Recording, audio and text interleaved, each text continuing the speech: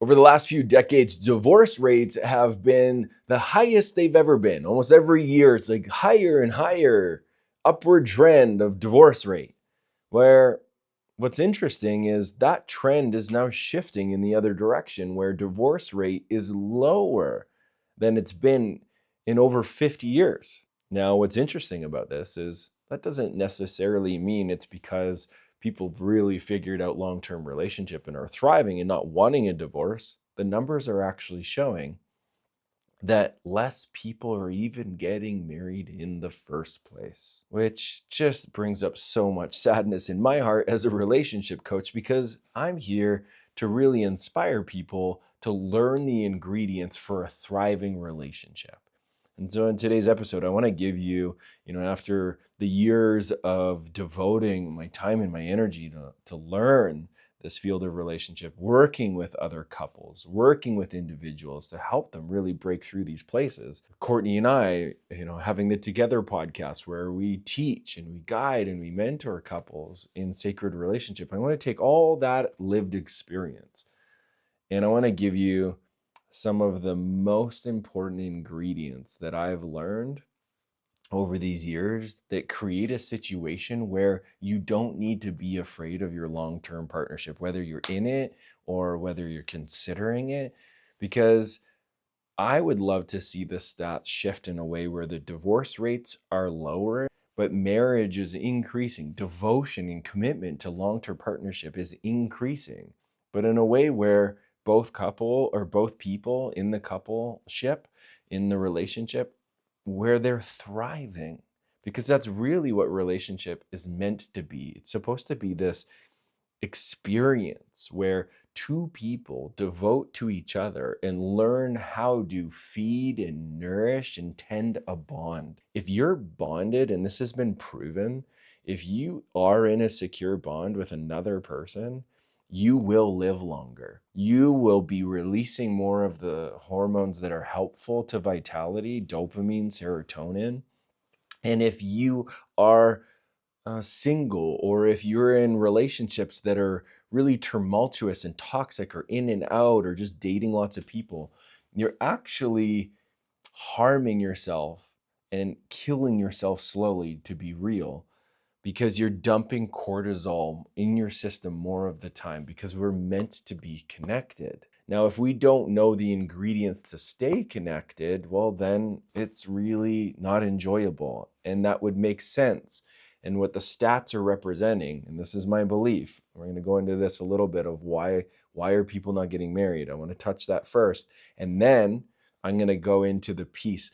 One of the single most important pieces that I've learned over the years that helps a relationship thrive. So you're going to want to make sure you stick to the end on this one, because we're going to go into that piece. But first, I want to touch this place of, Mike, why are people not getting married? Well, one of the most important ingredients of why is we have this thing called a smartphone. We can just download a dating app with the click of a button, couple clicks, and you can just swipe through and just choose a partner from a really primal place. And there's no shame in this. If this is you, I'm not judging you, but we want to look at the truth, because this is going to help us understand what's happening so that you can choose and decide what you actually want.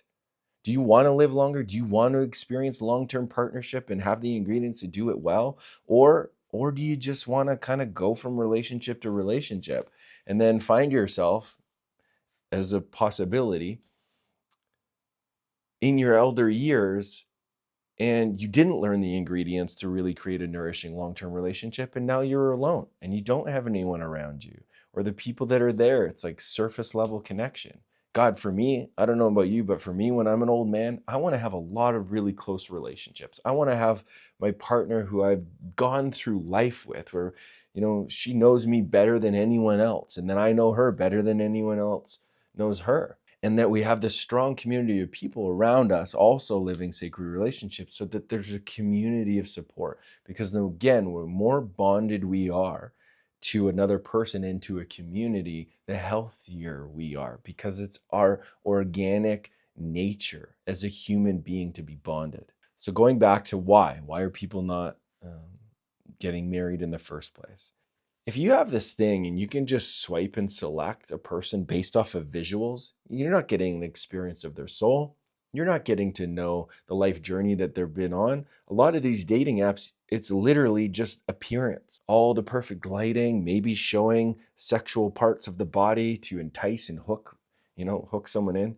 And then people are selecting based off of what they see within a few seconds. And let's be real, a lot of the decisions here are just based off of primal sexual needs. Like, oh, yeah, I want to have sex with this person. I feel sexual charge based off of what I'm looking at. And now I'm going to go on a date with this person and hopefully get some sex. I think, unfortunately, that is a lot of people's orientation, is this abundance of choice and selection, because in our nature we like adventure. That's just part of how we function. We like new. Novelty is exciting. That's been proven in our brain. All the neural networks that fire with novelty have been proven. That's why there have been digital engineers that have developed the things that we look at on our phone. And that shows up even when if I open up my main screen and all these little red dots with numbers and the colors and the brightness, that's all specifically designed to hit that part of the brain that likes novelty, that likes new, of like, ooh, how many likes did I get now? And it hits these, the dopamine button. And that can feel exciting. But if we hit the button too much, we start to create a dependency and an addiction to that feeling of novelty. And so when that comes to partner to selection, we can be pretty surface level on it, of like, how do they look? How's the sex? And we don't go deeper. But if we want to thrive in long-term partnership, we want to go to the deeper levels. We want to understand someone's soul. What's their mission? What's their vision in this life?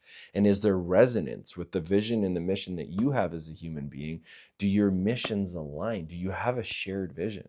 If that isn't there, it's going to be really hard to move into the next stage of wanting to commit long term. So I think a big part of why people aren't even getting married in the first place is they're just tasting all these different flavors, that it's like, well, why would I choose long term? It looks like when I look over at these other, people, unfortunately, there's a lot of examples where couples are really struggling. They're having a hard time like meeting each other, because we're in this shift just collectively where women have more power. They're using their voice more. Men are feeling more shame and beaten up and trying to find out where their right role is.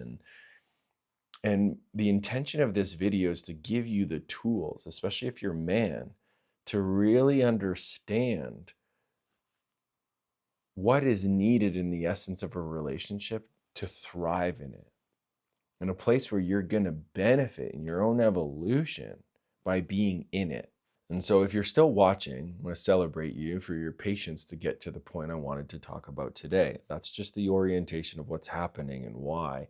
But the piece I really wanted to touch on is what really helps a relationship do well. Well, in the years of experience of working with other couples and supporting people in this place, I've understood and appreciate that one of the most important things to understand is polarity between masculine essence and feminine essence. This isn't gender specific. Each one of us, human beings, has inside of us a balance of masculine and feminine essence. And if you understand this within yourself, you will start to notice this in other people. If you're in long-term partnership, or if you're not in your dating, if you really pay attention to this, you're going to start to see some patterns and some themes. And the more you understand these, the more you get to understand and figure out, oh, that person has a stronger masculine essence. Oh, that person has a stronger feminine essence. This is what they actually need to feel satisfied.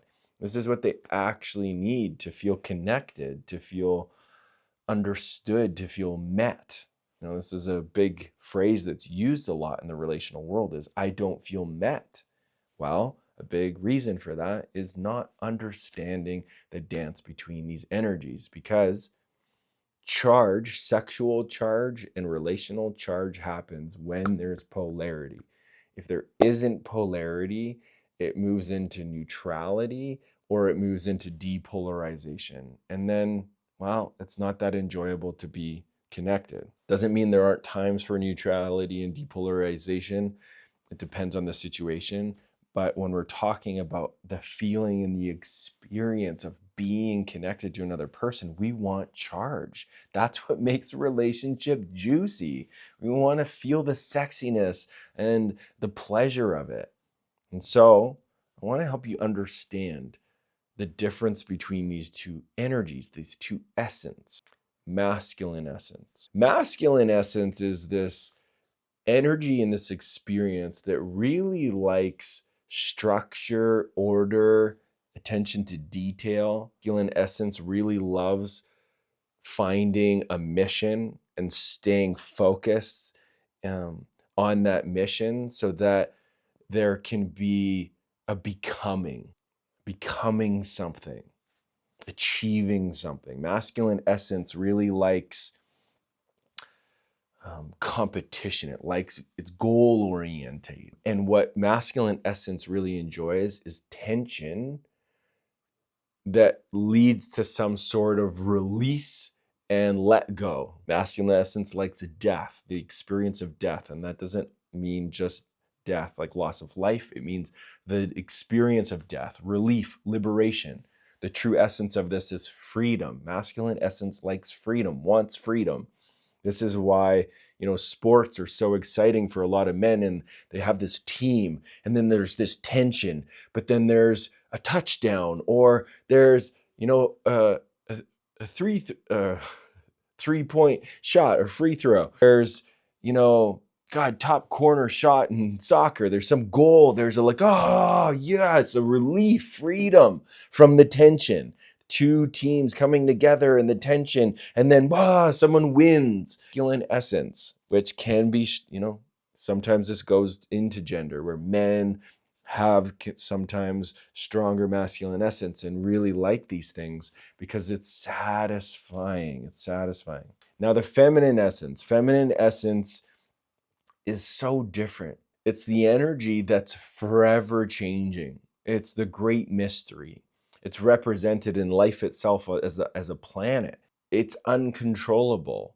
It's unpredictable. There's parts of it that are predictable, but we don't actually know what's coming next. The weather's always changing. The seasons are always changing. It's unpredictable whether there'll be a forest fire or a flood. That's the feminine essence is light itself. It's life itself. It's light and life. It's the great mystery.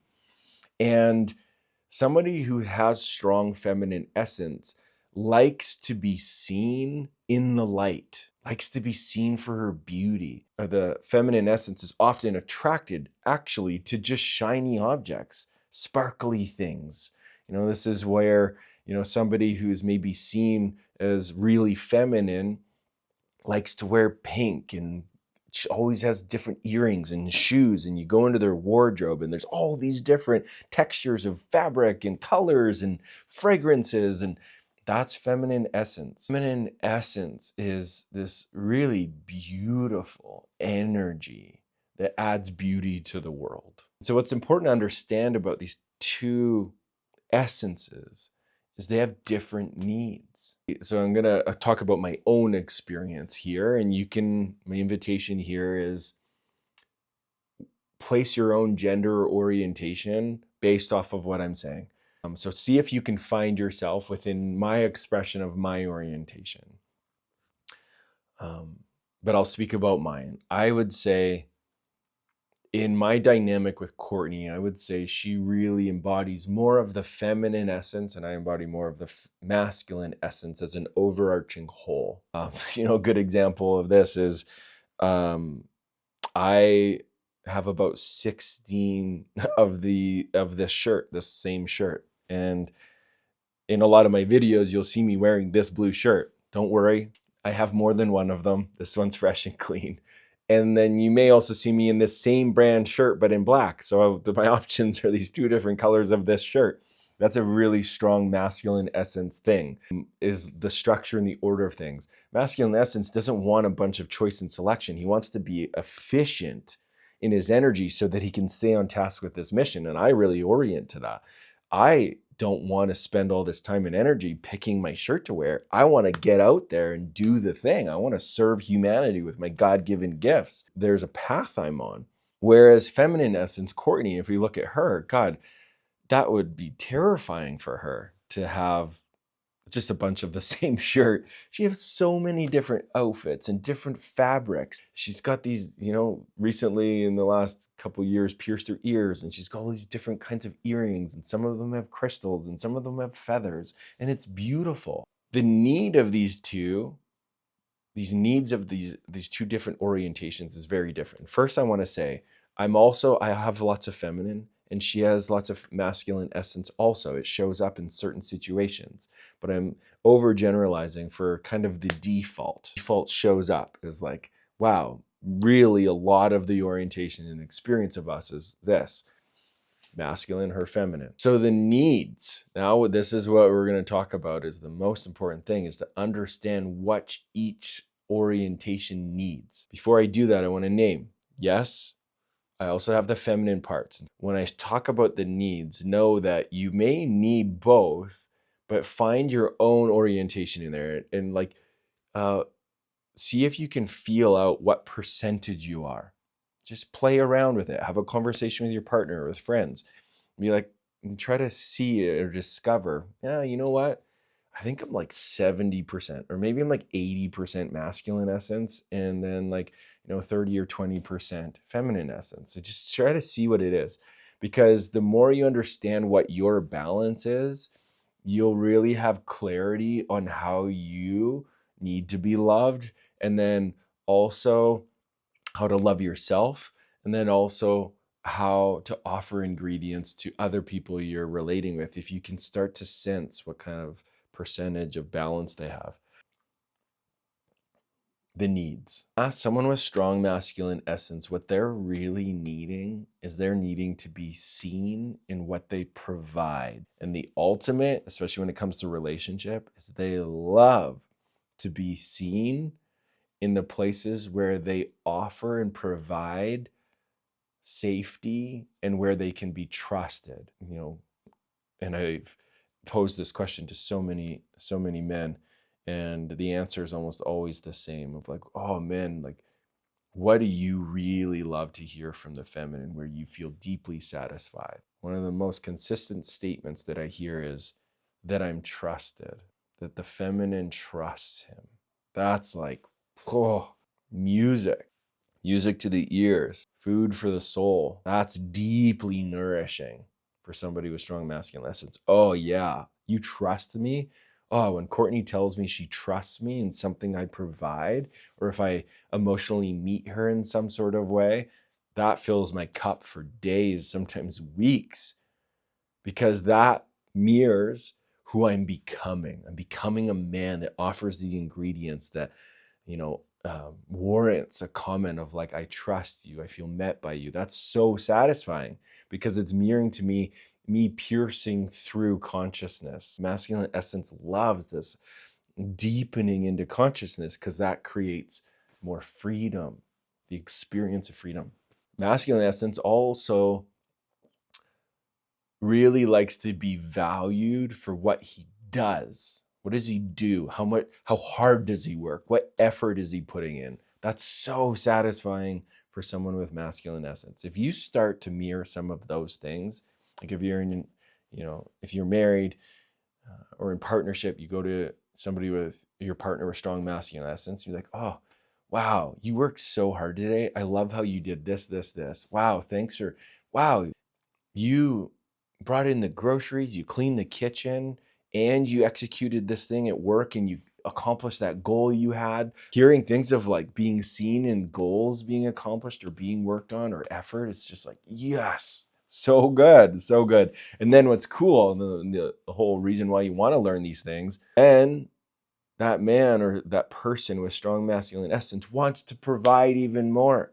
If they're seen in all the work they're doing, the goals they're accomplishing, they'll want to provide even more. And then you can just direct with clarity of like, ooh, I want this from you. And then they'll be like, yes, because it feels so good to be seen in that providership.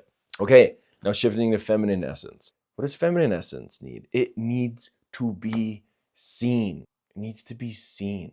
Remember, its energy is light. It needs to be seen in the light, in the beauty. How does it radiate? How is it being seen in its radiation into the relationship, into life? Someone with a strong feminine essence really loves to be seen in their beauty.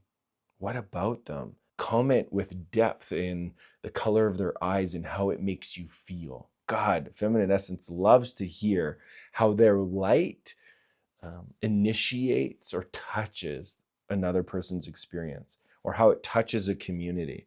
God, when I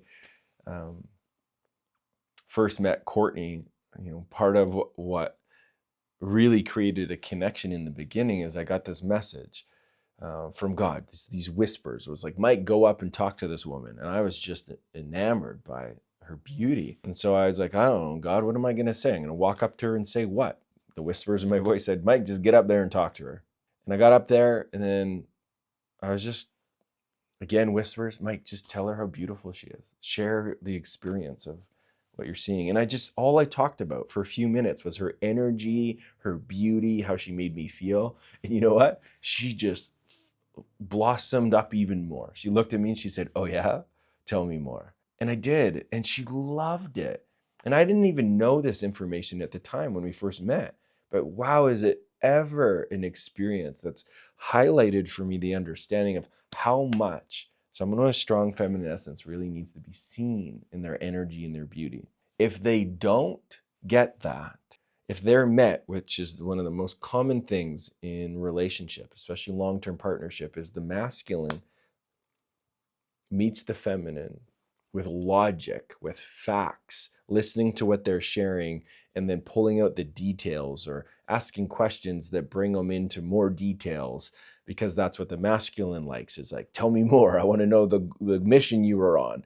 But the feminine isn't needing that. That's soul crushing. What they're needing is to be seen in the journey that is just unfolding from them, and what their energy is, radiating as they're sharing it, and how it makes you feel. That's what they really like.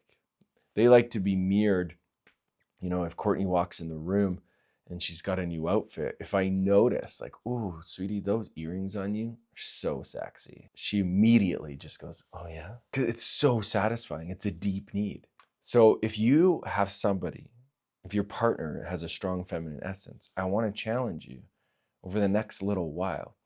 Start to see her energy as the thing to reflect, to highlight, to speak about. Take more time to mirror back to this beautiful person the qualities that you see that spill into life, that make it more delicious, that make it more beautiful. Smells, appearance. God, a woman loves to hear how great she looks in an outfit. Or, oh, if you notice that she wears a certain pair of shoes, or if she wears something a lot of the time, it's obviously something she really appreciates and values. If you notice that and comment on it, ooh, it feels so good, because she's looking for, and I'm saying she, but again, I'm just orienting through my lens. She really is intentionally choosing the things that help her feel like she's expressing the light into the world.